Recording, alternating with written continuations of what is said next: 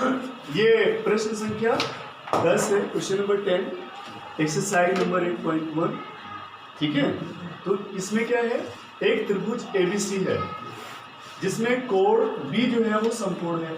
यानी हम एक समकोण त्रिभुज बनाएंगे जिसमें जहां समकोण बनेगा वहां हम B लिखेंगे, बाकी दोनों तरफ हम A और C लिख देंगे।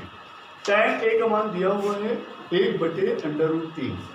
हालांकि ये tan 30 अंश का मान होता है। अभी आपको कोणों के मान और उनके अंश मान ये नहीं बताया गया है ना, कि tan 30 अंश का मान कितना होता है, tan 45 अंश का मान कितना होता है, ये सब आपको नहीं बताया गया। तो इसलिए अभी आपको डायरेक्ट पाइथागोरस प्रमेय से ही आपको सबको हल करना है। यानी पाइथागोरस प्रमेय की सहायता से तीसरी भुजा ज्ञात करनी है, फिर sine theta, cos theta, tan theta जो कुछ भी होते हैं उनको हम वही लंब और आधार के अनुपात वाले जो होते हैं, लंब आधार का जो अनुपात होता है उन्हीं अनुपात के आधार पर हम उनका मान निकालेंगे, और जब मान निकल आएगा तो उन मानों को हम इसमें रखेंगे। ठीक है, तो सबसे पहले हम क्या करेंगे, एक त्रिभुज ABC बनाएंगे और जो कि क्या होगा, समकोण होगा। तो देखें, एक हम समकोण त्रिभुज बनाएंगे, ऐसे हमने देखो समकोण त्रिभुज बना लिया। अब इसका नाम रखते हैं, देखो यहाँ पे समकोण है और प्रश्न में कहा गया है कि B समकोण है, तो मीन जहां समकोण बन रहा है वहां हम B लिखेंगे और बाकी एक तरफ हम A लिख देंगे और एक तरफ हम C लिख देंगे। तो इस तरह से हमारा त्रिभुज बन गया ABC। ठीक है, अब यहां पर दिया हुआ है tan A, चूंकि tan A बराबर दिया है 1/√3। तो हम यहां बात किसकी कर रहे हैं, कोण A की बात कर रहे हैं। तो कोण A हमारा यहां पे है, ठीक है ना। तो जब कोण हमें कोई पता होता है तो हमें लंब और आधार की पहचान कैसे करते हैं, ये हमने बताया था। लंब क्या होता है, कोण के ठीक सामने की भुजा लंब कहलाती है। तो ये हमारा इस कोण के हिसाब से, इस कोण के अकॉर्डिंग ये क्या होगा, ये लंब हो जाएगा। ठीक है, और समकोण के सामने हमेशा कर्ण होता है। ठीक है, और बाकी जो भुजा बचती है जिसके साथ ये कोण बन रहा है, कर्ण जिसके साथ कोण बनाता है उसे आधार कहते हैं। ठीक है, तो अब हम यहाँ क्या करते हैं, देखो tan A जो होता है वो होता है लंब बटे आधार, लंब बटे आधार होता है। अब हम यहाँ पे लंब हम एक नहीं लिख सकते, क्यों, क्योंकि ये दो भुजाओं का अनुपात है, अनुपात है। लंब एक नहीं होगा, हो भी सकता है नहीं भी हो सकता, बात समझ रहे ना। क्योंकि यहाँ पे कुछ अनुपात, जब अनुपात लेते हैं तो कुछ कॉमन चीजें कट जाती हैं, तो कितना कटा है ये हमें नहीं पता होता, तो हम क्या करते हैं, उसको कुछ मान लेते हैं। तो माना, देखो मानते हैं, माना लंब बराबर एक है ना, इसमें लंब के सामने एक है ना, तो एक x मान लिया हमने, एक कॉमन मल्टीपल रख दिया उसमें। अच्छा, दूसरा क्या है, आधार। आधार क्या रखेंगे, आधार √3 है, x दोनों में कॉमन चीज है, हाँ। तो इस तरह से हमने लंब मान लिया 1x, आधार मान लिया √3x। अभी यहाँ पे हमें एक चीज नहीं पता, वो क्या है, कर्ण। देखो लंब पता चल गया, आधार पता चल गया, कर्ण अभी हमें पता नहीं है। तो हम क्या करेंगे, इसमें कर्ण निकालेंगे। क्या निकालेंगे, कर्ण ज्ञात करेंगे। तो इसके लिए हम एक सहारा लेते हैं प्रमेय का, पाइथागोरस प्रमेय से। तो पाइथागोरस प्रमेय क्या है, पाइथागोरस प्रमेय है कर्ण का स्क्वायर बराबर लंब का स्क्वायर प्लस आधार का स्क्वायर, ये होता है। तो अब हम यहाँ पे लंब की जगह पर, लंब की जगह 1x लिखेंगे, 1x, और उसका क्या करेंगे, स्क्वायर, है ना, और प्लस आधार क्या लिखेंगे, √3x लिखेंगे। देखो यहाँ स्क्वायर करने का तुमको लगाने का तरीका बता दें, इसको स्क्वायर कैसे लगाते हैं। कुछ बच्चे ऐसे स्क्वायर लगा देते हैं, ये गलत हो जाएगा।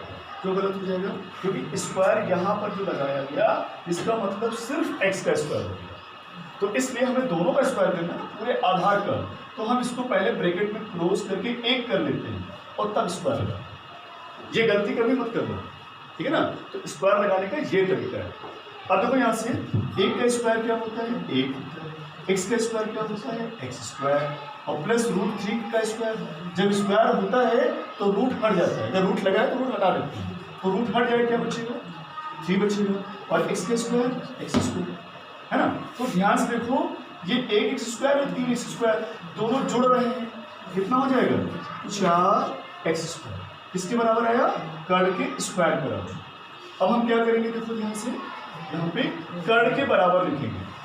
इसके बराबर, कर्ण के बराबर। तो जब हम कर्ण के बराबर करेंगे तो इधर से स्क्वायर हटा देंगे। जब इधर स्क्वायर हटाएंगे तो उधर स्क्वायर रूट लग जाएगा, है ना, स्क्वायर रूट लग जाएगा। हालांकि स्क्वायर रूट प्लस माइनस के साथ लगता है, लेकिन यहाँ भुजाओं की नाप है जो कि ऋणात्मक में होते ही नहीं है।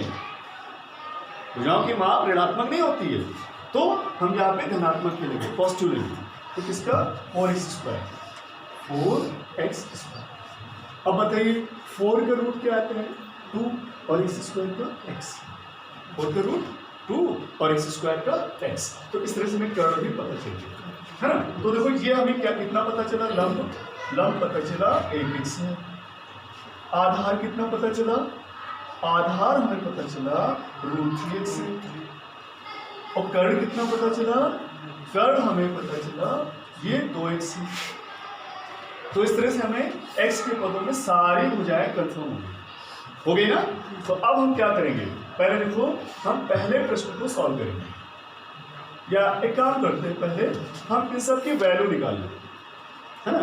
वैल्यू निकालने डायरेक्ट करते हैं, देखो पहला प्रश्न क्या लिखा है, sin a into cos c plus cos a into sin c, ठीक है, बराबर। तुमको पता है sin a होता क्या है, sin a होता है लंब बटे कर्ण। sin a होता है लंब बटे कर्ण। लेकिन समझना ये है कि यहाँ कोण कौन सा है, ये तुम्हें ध्यान देना चाहिए। कोण है a, तो a कोण ये है, तो लंब बटे कर्ण होता है इसका। तो लंब क्या है, a के लिए लंब है a+, है ना, बटे साइन a का कर्ण होता है, तो कर्ण लंब बटे कर्ण होता है साइन का। तो कर्ण कितना है, कर्ण है 2x,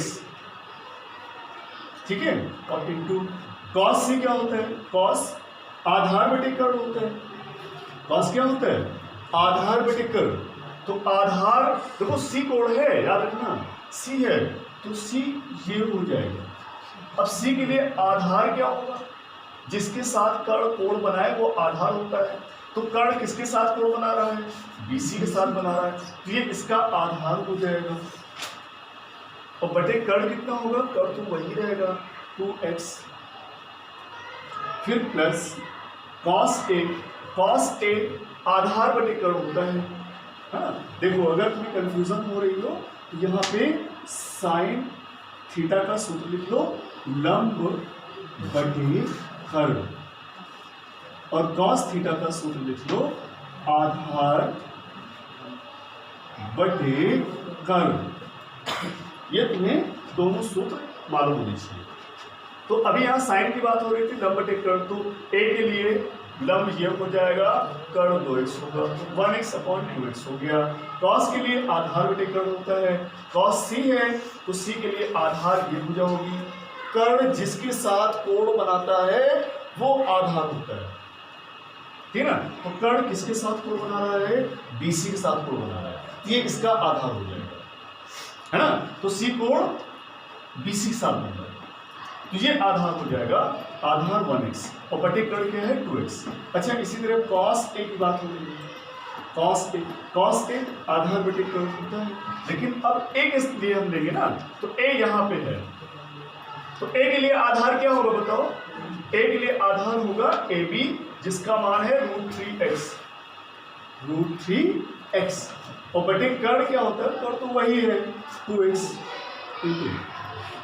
साइन c, साइन होता है लंब बटे कर्ण, साइन होता है लंब बटे कर्ण, तो साइन c ये है, तो सी के लिए लंब √3x होगा। कोण के सामने, side opposite to the angle is called perpendicular या लंब। तो ये कोण के सामने की भुजा को लंब कहते हैं। तो ये क्या है √3x और बटे क्या होता है कर्ण। कर्ण क्या है 2x लिख देंगे। अब यहाँ देखो क्या हुआ x कट गया, x कट गया, x कट गया, x कट गया। अब यहाँ पे क्या होगा देखो, 1 को 1 में गुणा करो, 1 को 1, 2 को 2 में गुणा करो, 2 दूनी 4, फिर क्या है प्लस √3 को √3 में गुणा करो। जब रूट के अंदर एक ही चीज 2 बार गुणा होती है तो वो एक बार बिना रूट का लिख दिया और नीचे क्या होगा 2 दूनी 4। अब क्या करेंगे, हर बराबर है तो हर को एक बार लिखेंगे और ऊपर की संख्या को हम जोड़ देंगे। तो बताओ ऊपर कितना हो जाएगा, 3 और 1 4 हो जाएगा और नीचे 4 है तो 4 से 4 कट जाएगा, 1 आ जाएगा। तो इसका आंसर कितना आ गया, 1 आ गया। ये तुम्हारा आंसर हो गया फर्स्ट वाले, है ना। फर्स्ट वाले का आंसर हो गया। अब देखो हम लोग सेकेंड वाले को कैसे सॉल्व करेंगे। इसी तरह से हम सेकेंड वाले को भी सॉल्व करेंगे। तो देखिए सेकेंड वाला कैसे सॉल्व होगा, ध्यान देना इस पे।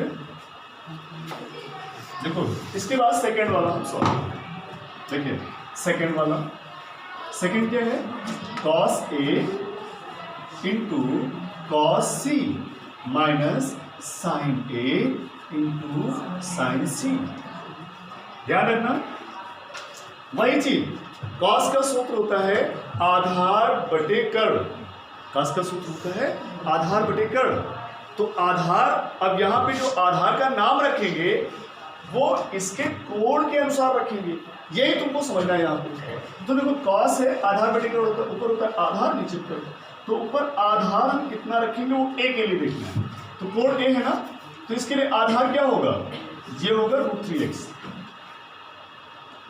और बटे कर्ण तो कॉमन है वही रहेगा 2x इंटू cos C, ये भी आधार बटे कर्ण होता है।